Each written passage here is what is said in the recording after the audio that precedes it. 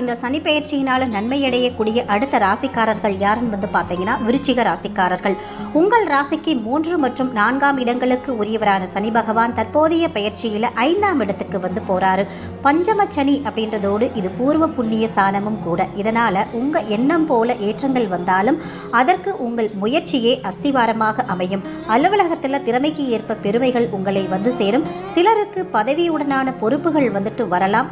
அப்படி வரக்கூடிய பொறுப்புகளை சுமையா நீங்க நினைத்து புலம்பாம அதை மனதோடு ஏத்துக்கிட்டீங்கன்னா உங்களுடைய எதிர்காலம் நல்ல எதிர்காலமாக மாறும்.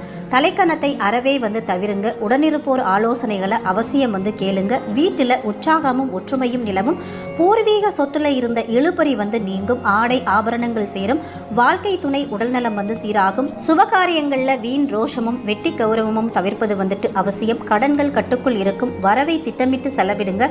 ஒருமுறை வைத்தீஸ்வரன் கோவில் சென்று